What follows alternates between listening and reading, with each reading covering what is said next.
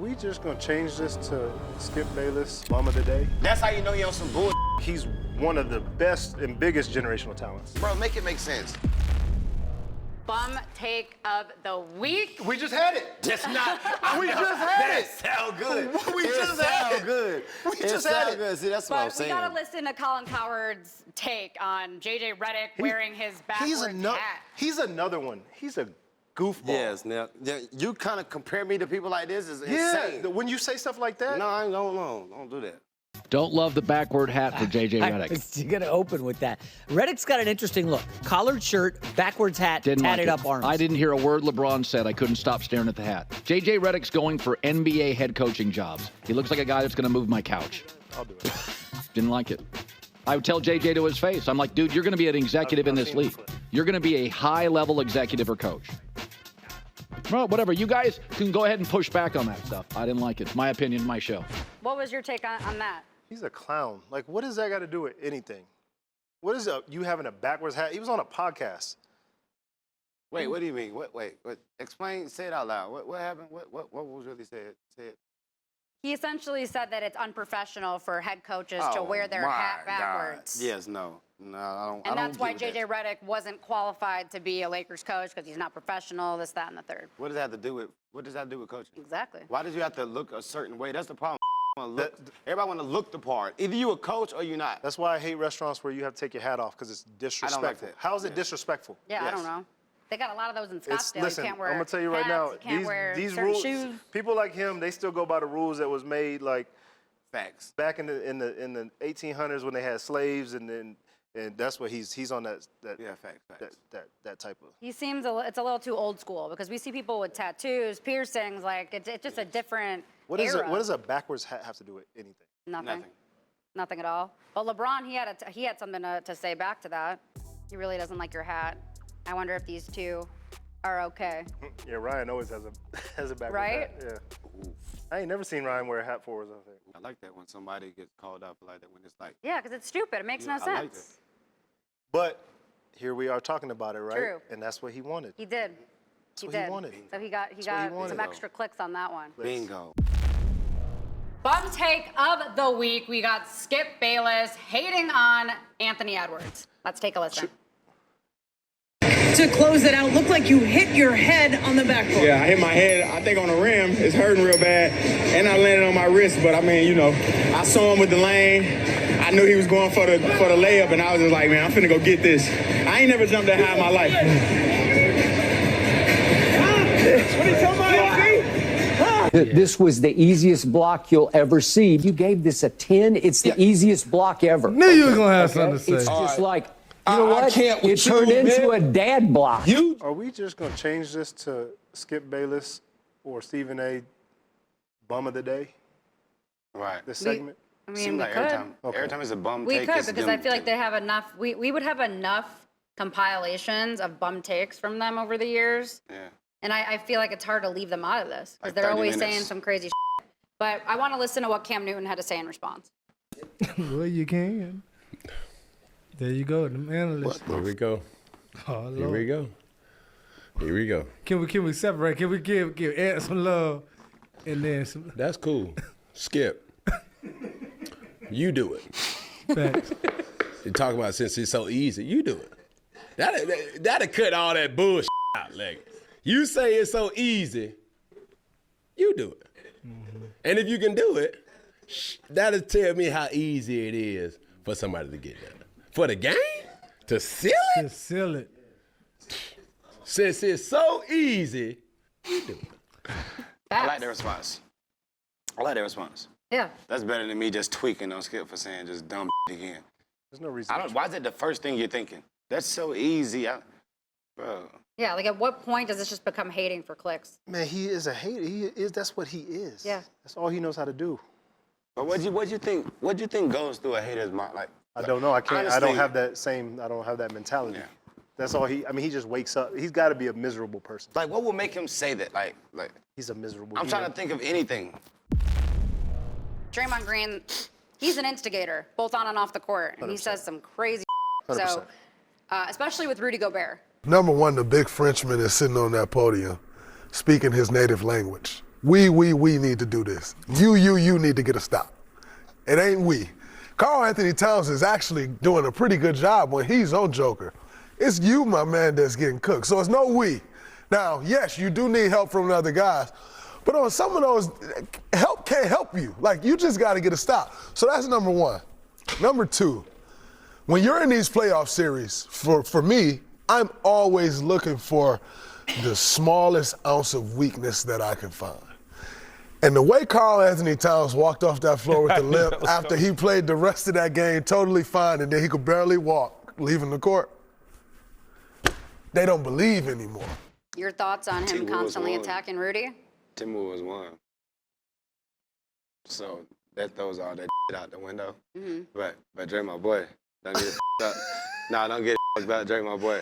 I'm just saying, but Timber was one, so they blow out the window. But also, Joker gonna do that to everybody. That's what kills me. It's the Everybody. same thing. I ain't gonna bring up nobody else right now because we talking about woo. But that's what kills me. Like, this is talking. Like, who the stop that? If you put,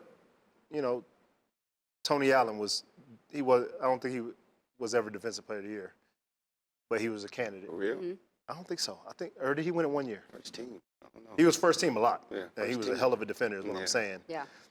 If he's on Kobe in the playoffs, Kobe's still averaging 40. Yeah. He's still averaging 40 for this series. It's only so much you can do. Yeah. So that right there throws it out the window. But also, like, Draymond's in a weird spot right now where he's an active player who's also like transitioned over to the media, right? So like he's like teetering the line where it's like you're talking shit about, the brotherhood at the same time, right?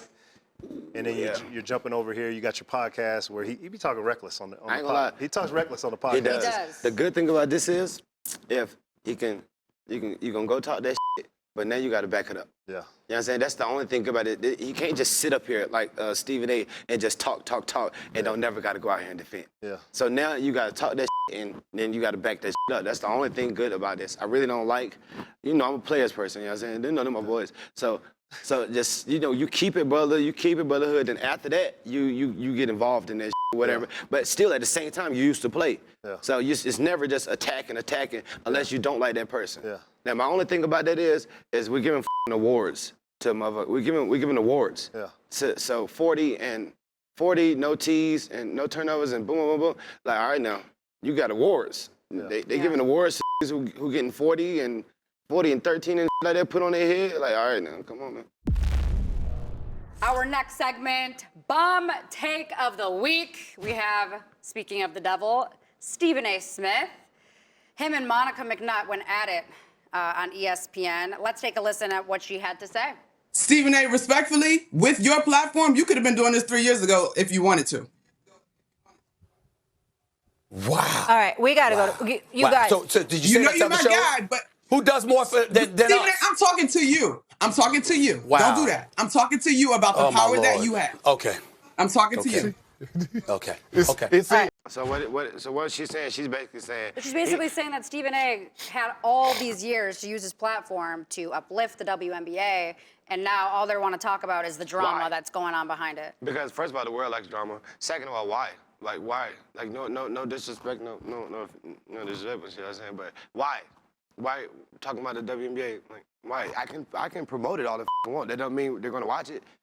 Stephen A. can say whatever he wants, but when is the last time Stephen A. I think it's more so the point that he was trying to say is you're never going to find more WNBA topics anywhere else except ESPN First Take, when that clearly was a lie.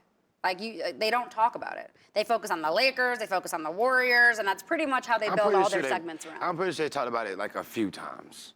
Not enough. You know how it is, though. Not enough. But what are they talking about, though? Like, what did they, like, no disrespect for the 100th time. I'm not gonna say don't disrespect no more, cause that.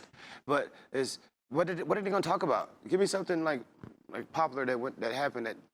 Unless you're talking about. I think she's saying Asia. just the WNBA should have had attention before now. The only reason it's getting attention is because of drama, is what she's saying. They are fun to watch, but that doesn't make people watch. They're fun to watch, but that doesn't make people watch. Like Asia and Angel Reese is like totally different. Like it's like Asia's really out there. Like that look good. You know what I'm saying? Angel Reese might. Look what? Look a little nasty. It's productive, but it look a little nasty. You know what I'm saying? So that's well, why. Angel Reese said that she's as much the reason that people are watching as Caitlyn. She is. You think so? Yeah, she is. But I don't think it's about basketball. I don't think they're watching her for like basketball. You know, I think we're in a generation where, you know, if I think I'm supposed to be doing this, I'm doing this. Well, it does. It has turned into a little race. Yes, race debate. It's not about game. Nothing is about basketball no more. Can we start there? That's why my content that's why I'm not just always pushing every day, all day. Back in the days, I'll post 5-6 times a day. But now it's not about basketball. Yeah, it's like taking the joy out of the sport because it's all just drama and pitting people against each other. Yeah, it's getting to be a little bit out of control. It's getting eyes on the sport. I feel like more people are watching. Yes. It doesn't matter at this point. And that's what I'm saying. It's like, it doesn't matter. I'm glad they people get are watching. I'm glad I am they too. get That's what I'm I'm saying. glad I think they deserve it because they got game. So I do agree with that, but we do need to listen to what Stephen A's response was. To address Monica McNutt's point, I found it very unfortunate that she would say that. Ladies and gentlemen, I am the executive producer of First Take. You ever heard of Monica McNutt? You have now, because she's on First Take a lot. Shanae Ogumake, absolutely wonderful, spectacular basketball analyst, et cetera, WNBA player in her own right. Ask her how it's been to be on First Take. How about Andrea Carter, who's a rising star in this business? How much do you think First Take helped that? What about Kimberly Martin?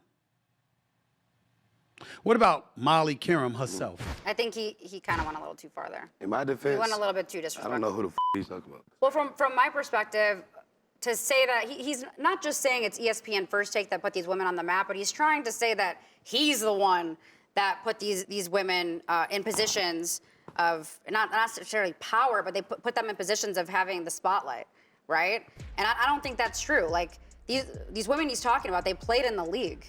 Like they earned their right to talk basketball. They earned their right to be on that show. Like I don't know why why Stephen A. Smith thinks that has control. I mean, he might think he has control of everything. And at the end of the day, like, no, they need these women on the show. They need someone to push back. They need WNBA to be a part of what they're talking about. But I just thought it was disrespectful. Like Molly too, like she had to work her way up. She didn't just like one day walk onto set and be like, oh, I'm moderating ESPN First Take now. Like she had to earn her way there. So to say like, oh, I'm the reason why people are hearing these names, I'm the reason why you're famous, I'm the reason why this, like, no. These women had to put in the work too. It's called classic narcissistic behavior. It is. Bum take of the week. Now we got Gilbert Arenas says Steph Curry is not a generational player. Why y'all looking at me, man? Man, I'm not even gonna say nothing in this segment. But to be real, how many teams have won without generational talent?